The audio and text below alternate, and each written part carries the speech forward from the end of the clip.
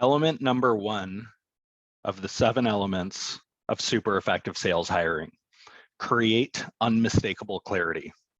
Now, before we get into this, it is critical that you know that this is by far the most important, critical, fundamental aspect of sales hiring. The other 6 elements we're going to talk about today, or in this course, are incredibly powerful, but they are rendered useless if you don't have this piece in place.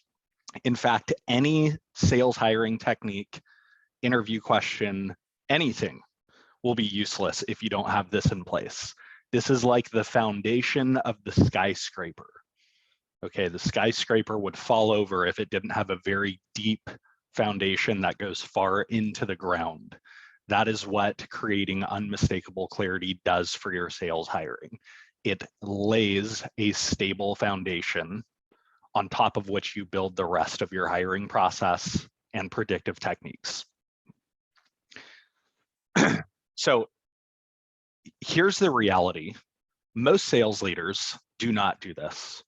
Most sales leaders do not create unmistakable clarity. In fact, most sales leaders do not define what they want almost at all before they hire somebody. Or if they do, it's done in a fairly sophomoric way, such as a job description. And we'll talk about why that falls short. Instead, there are 3 elements of unmistakable clarity. Now, remember at the beginning of this course in the first video, I asked that you take notes. So some of this stuff imprints at a deeper level in your subconscious mind. This is one of those times to do that. These 3 elements working together are absolutely mission critical to great sales hiring. Okay, the first is what we call role outcomes. What are the desired outcomes a specific role intends to accomplish or achieve? That's different than a job description, right? And there are nuanced outcomes to be achieved with different types of sales roles. And I'll give you 3 examples in just a little bit. The second, which is kind of a byproduct of role outcomes, is defining your ideal rep profile. Most people, most sales leaders I know, have this, but it's not based on role outcomes or the sales context in which you're selling. So there are 3 elements of that, which is traits, experiences, and skills. And we'll talk about how to do this in a really effective way. And then 3, evaluation methods.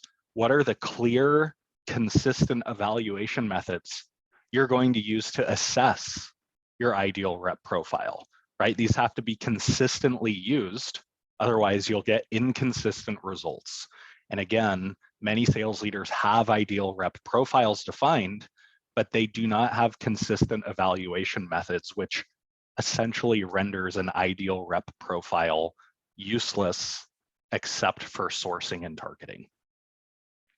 So let's talk about role outcomes first. This is where we're gonna spend the next few minutes, and then we'll spend time going over ideal rep profile as well as evaluation methods. Now, role outcomes are not a job description. In fact, a job description, for the sake of making great sales hires, hiring a lot of A players who regularly achieve, the top decile of quota achievers, job descriptions don't help you hire those people or evaluate those people. Job descriptions are typically a list of day-to-day activities a given role is supposed to do. They are not desired outcomes. And that's what we're going to talk about when it comes to role outcomes. What are the nuanced sales-related desired outcomes that a specific role is intended to achieve? And you'll see that close more deals or sell more doesn't cut it. There are nuanced sales tasks and sales outcomes that different roles intend to achieve that you'll have to be crisp about to hire the right person.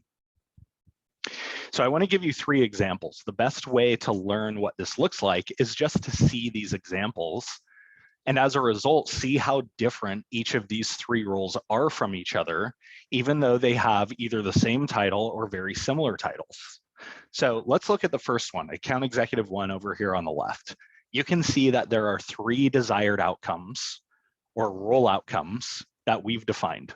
Number 1, close $800,000 in annual new business across at least 20 logos. Number 2, maintain at least $1,000 a seat. And number 3, self-source at least 3 $40,000 new opportunities per month. So what does that tell you about this role? Well, it tells you a couple things. Number 1, this role is squarely and exclusively focused on new business, but not only just new business, new logo acquisition, right? What the hiring manager doesn't want in this situation is to hire somebody who hits their $800,000 number by closing 2 monster deals. Now, in some situations, that could be perfectly valid.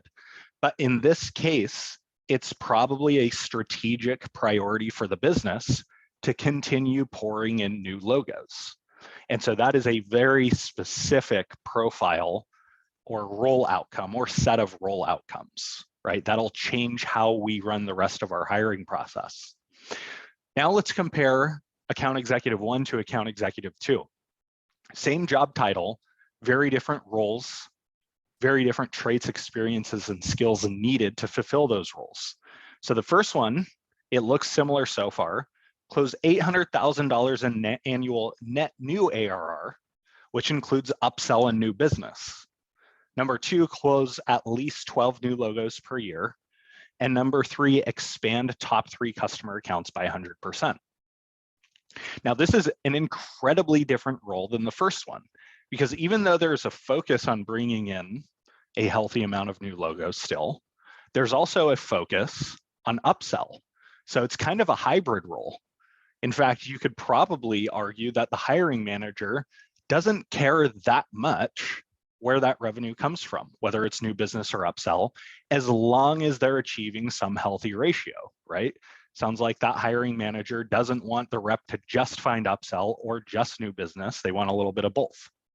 Now let's look at number 3, the account manager here over on the right.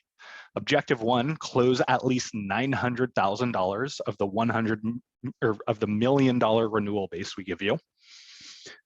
Number 2, sell at least $600,000 in gross upsell annual.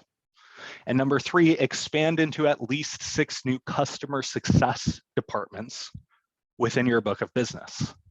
Now, that tells you a lot about the strategic imperatives of the organization, right? Most hiring managers for account manager roles basically just say, renew your book of business or go find upsell.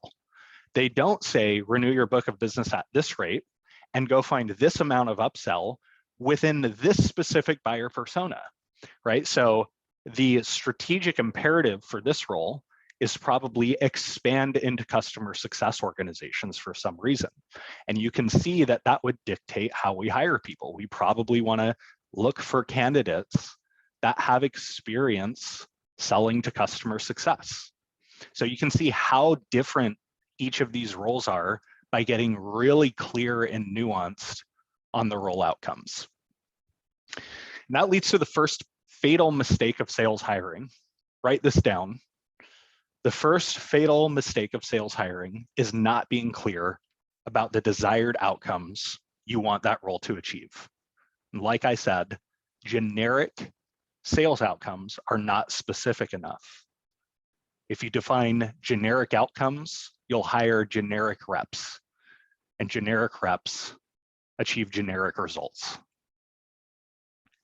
So now let's talk about the second element of creating unmistakable clarity. Ideal rep profile. You've probably heard those roles or those words before.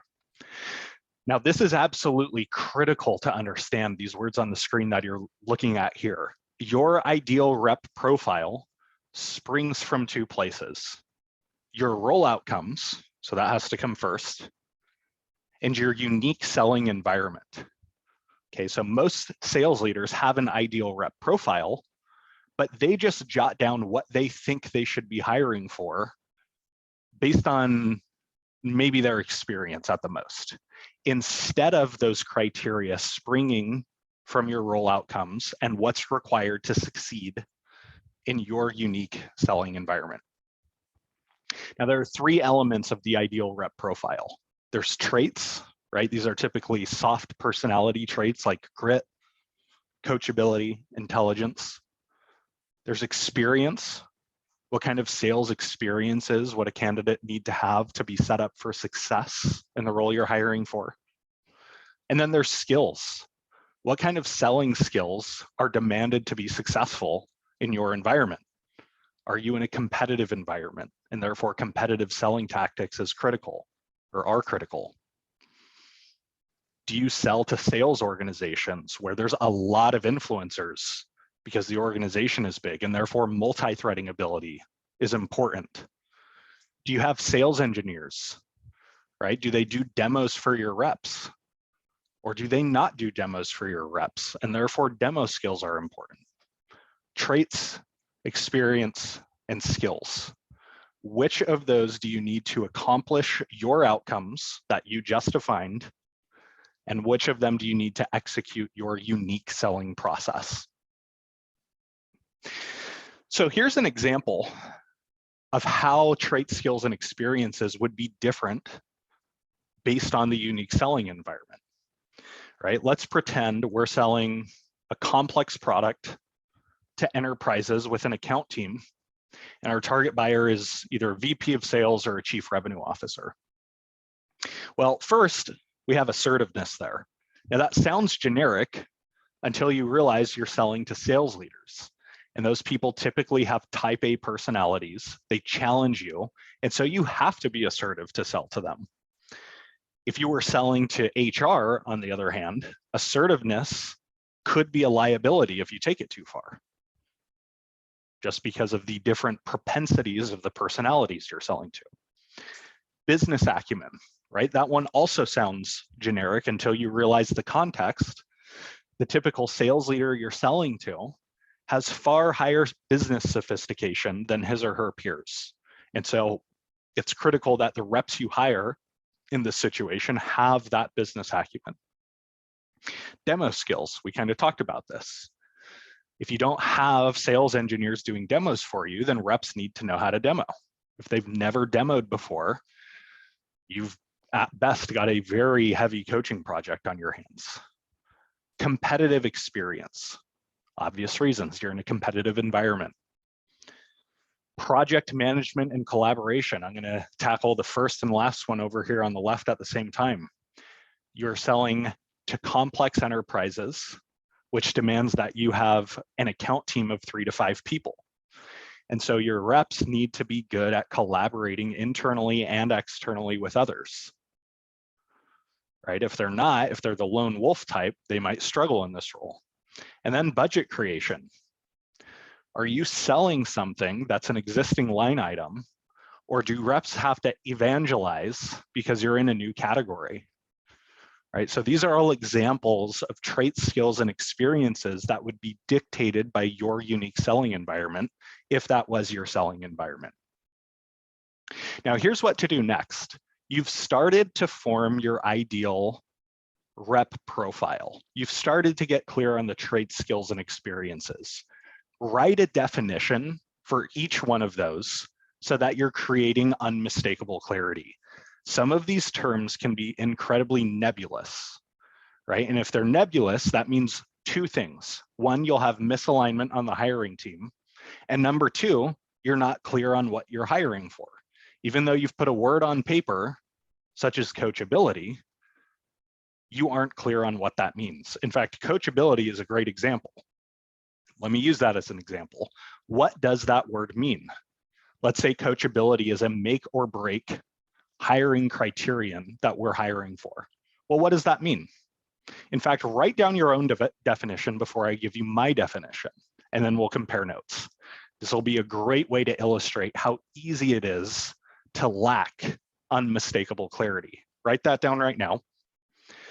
And here's what mine looks like. Let's compare. The ability to apply feedback and change sales behavior rapidly. Now, what a lot of people might write down is the ability to take feedback humbly, the ability to not be resistant to feedback. But what I'm looking for is, can I give somebody feedback and see their behavior change in the next sales call, right? And if we don't have that defined, or it's nebulous, then we're not going to have a consistent way to evaluate that trait, because we're essentially evaluating different traits. We're talking about different things. If I wanted to evaluate for can they take feedback, for example, I'm going to give them some harsh feedback during the interview process and see how they react. But if I'm evaluating for their ability to rapidly change their behavior, I'm going to give them feedback at the end of a mock discovery call and ask them to redo that section to see how quickly they can change their behavior. And you can see that would lead to very different hiring outcomes based on how we're defining these words. So once you've started to pull these things together, put them into a profile, right? You've got these 3 sections. You should aim for 2 at the minimum per section and no more than 5, ideally less. And these should be the make or break hiring criteria, right? Do not throw on everything that would be nice to have here. That is how you create something that's so overwhelming that it becomes useless. Define your make or break mission critical traits, experiences, and skills it takes to achieve success in this role, and define or write the definitions for each one. Now we're going to move on to the last part of creating unmistakable clarity: evaluation methods. If you have inconsistent means of evaluating the profile you just created, you'll hire inconsistent results, right? These need to be the same every time. So how will you consistently assess each trait, experience, or skill that you just defined? You have to have a consistent evaluation method for each one. If you don't, if you vary how you evaluate grit or coachability or track record of success with each interview or hiring process that you walk into, you will get noise instead of signal. You will not build hiring cognition, which we'll talk about later, and you will not be able to tap into your ability to use pattern recognition. Okay, so your evaluation method has to be consistent for each one. Now, there are 4 common ways to evaluate each trait. Most sales leaders stop at the first one, which is fine if that does the job, but know that you have 4 at your disposal. So the first one is behavioral questions. We're going to talk a lot more about those later, but they are interview questions designed to assess whether somebody possesses a trait, skill, or experience. The next is work samples and tests. Many smart sales leaders have reps share successful outbound emails they've wrote or business case decks they've put together, right? Those would be great evaluation methods if you're talking or you're evaluating outbound acumen or business case ability. Another one is live situations and live behavior within those situations. I've seen sales leaders assess assertiveness by just seeing if the rep aggressively closes them on next steps at the end of an interview. So notice that's not a question and it's not a work sample or like a live discovery call. It's I want to see what this person does in some very specific situation, simulated or not. And then finally, you have back channels and offline research that you can validate this stuff through. And we'll talk more about those later. Now, once you start getting clear on this, put it together into your hiring profile, right? Write this stuff down. Do not keep it ricocheting throughout your mind. Write down the traits, skills, and experiences, the criteria, write down the definitions, and write down the evaluation methods. These should not be spoken tribal knowledge. If you're trying to create consistency, a lack of documentation is one of your worst enemies. Write this stuff down. Now remember too, I included a cheat sheet of 91 interview questions. This would be a great time to pull that out and start looking through the traits and skills and experiences and then interview questions associated with each that you can swipe, right? So take that out, go look through the interview questions. You might be able to use a lot of them. Don't use them, eyes shut, be eyes wide open about this stuff. Only use the ones that are applicable to your situation. But I've provided you plenty of interview questions to get started on this. So that summarizes unmistakable clarity.